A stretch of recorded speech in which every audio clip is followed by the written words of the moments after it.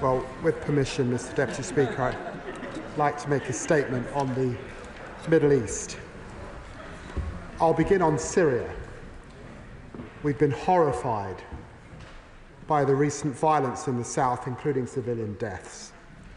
Clashes between Druze and Bedouin militias have quickly escalated into intense fighting, with involvement from government forces and further Israeli strikes on the Syrian military.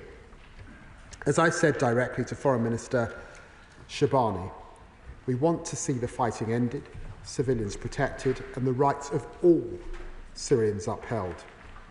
The violence in Sawada must be investigated and those responsible held accountable.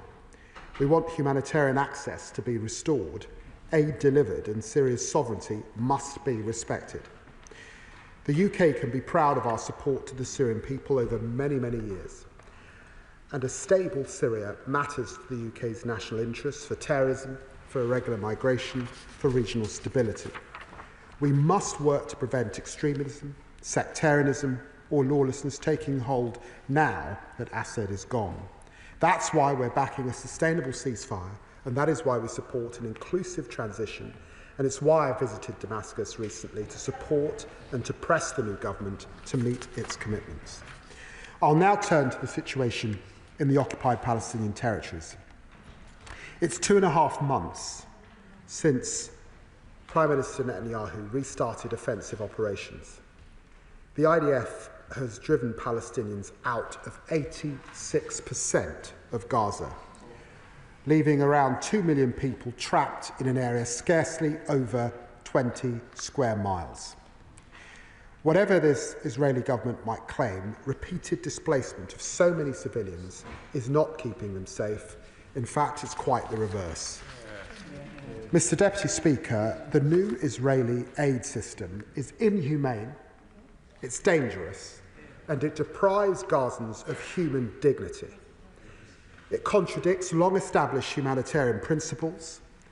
It creates disorder Hamas is now exploiting, with distribution points reduced from 400 to just 4.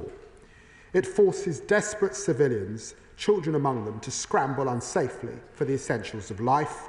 It's a grotesque spectacle, wreaking a terrible human cost. Almost 1,000 civilians have been killed since May, seeking aid, including 100, Mr. Deputy Speaker, this weekend alone.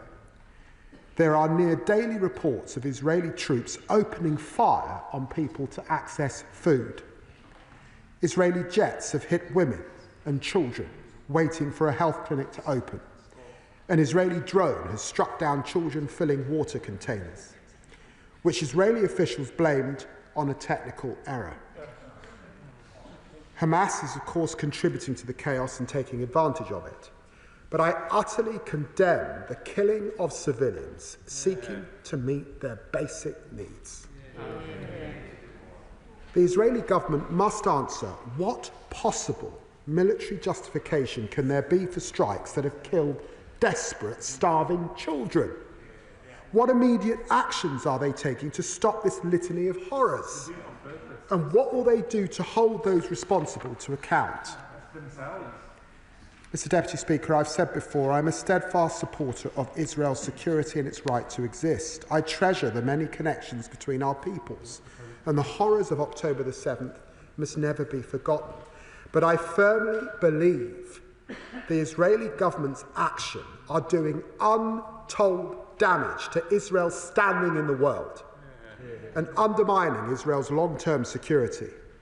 Netanyahu should listen to the Israeli people, 82% of whom desperately want a ceasefire, and to the hostage families, because they know it offers the best chance to bring their loved ones home. Those hostages may be hidden in cramped tunnels under the ruins of Gaza, but we will not forget them or Hamas's despicable actions, and we will continue to demand their unconditional release. This offensive puts them in grave danger, but still Netanyahu persists. Indeed, Minister Katz has gone further, proposing to drive Gaza's entire population into Rafah, imprisoning Palestinians unless persuaded to emigrate. Mr. Deputy Speaker, This is a cruel vision which must never come to pass, and I condemn it unequivocally. Permanent forced displacement is a violation of international humanitarian law. Many Israelis themselves are appalled. A former Israeli Prime Minister, Ehud Barak, said it marches us into an abyss. He was right. Mr. Speaker, today I join a statement of 31 foreign ministers as signatories with a simple, urgent message: the war in Gaza must end now. There is no military solution. Negotiations will secure the hostages. Further bloodshed serves no purpose. Hamas and Israel must both commit to a ceasefire now, and the next ceasefire must be the last ceasefire.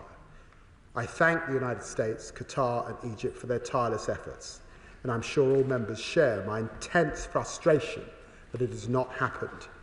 Until there is a breakthrough, we must keep doing all we can to relieve the suffering. UK aid has saved lives, reaching hundreds of thousands with food, water, hygiene and sanitation, and essential health care, and under the most appalling circumstances, our aid is saving lives today.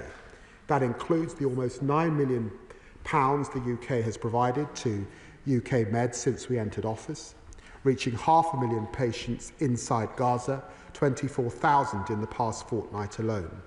Like 3-year-old Razan, UK-funded medics removed a bullet from her neck after nearly 3 hours of surgery.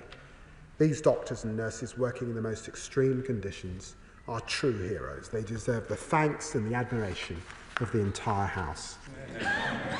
We're also working, of course, multilaterally. The 149 trucks from the World Food Programme and UNICEF entering Gaza in recent days included food supplies funded by the United Kingdom, and 1,000 more trucks laden with aid paid for by British taxpayers can enter the moment the Israeli government lets them in.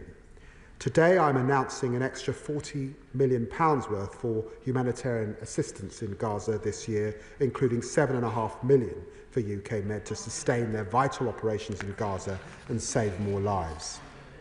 Mr. Deputy Speaker, accompanying the horrors in Gaza, there is an accelerating campaign to prevent a further Palestinian state in the West Bank. It's embraced by Netanyahu. It's encouraged by his ministers.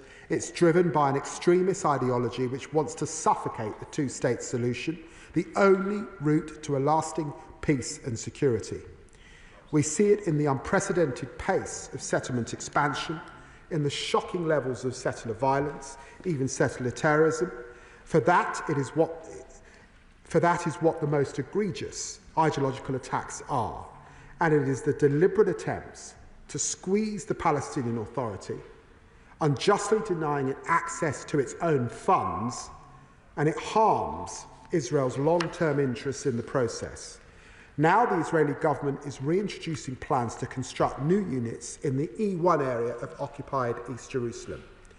If built, this settlement would separate the West Bank north from its south, and Palestinians in the West Bank from East Jerusalem.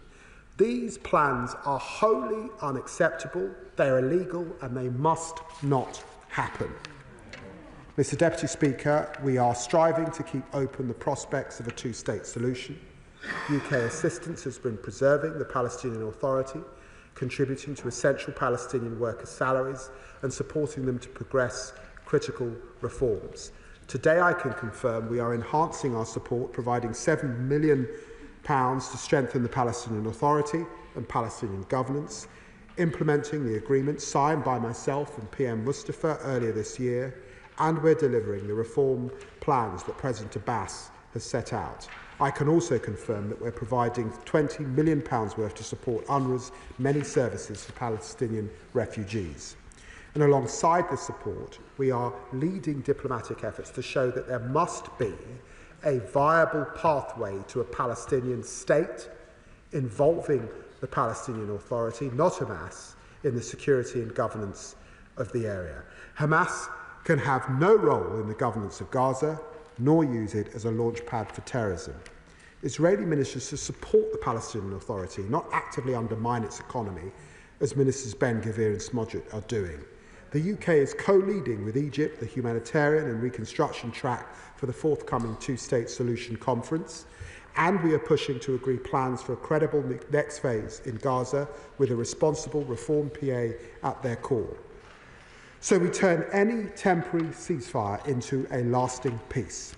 Mr Deputy Speaker, in our year in office, this Labour government has acted to address this horrendous conflict. We've restored funding to UNRWA after the Tories froze it. We suspended arms export licences when the Tories declined to act. We've provided nearly $250 million in humanitarian assistance this year and next, getting medical treatment and food to hundreds of thousands of civilians in Gaza. We stood with the hostage families at every stage. We've worked with Jordan to fly medicines into Gaza, with Egypt to treat medically evacuated civilians, with Kuwait and UNICEF to help children in Gaza. We've delivered 3 sanctions packages on violent settlers, suspended trade negotiations with the Israeli government, and sanctioned far-right Israeli ministers for incitement. We've defended the independence of the international courts. We've signed a landmark agreement with the Palestinian Authority and hosted the Palestinian Prime Minister in London, pushing for the reform it needs. We called for, worked for, voted for an immediate ceasefire and the release of the hostages at every possible opportunity, and we will keep doing so until this war is over. Hamas releases the hostages and we finally have a pathway to a two-state solution. I commend this statement to the House. Shadow Secretary of State for Foreign Affairs, Priti Patel. Mr Speaker, and I'm grateful to the Foreign Secretary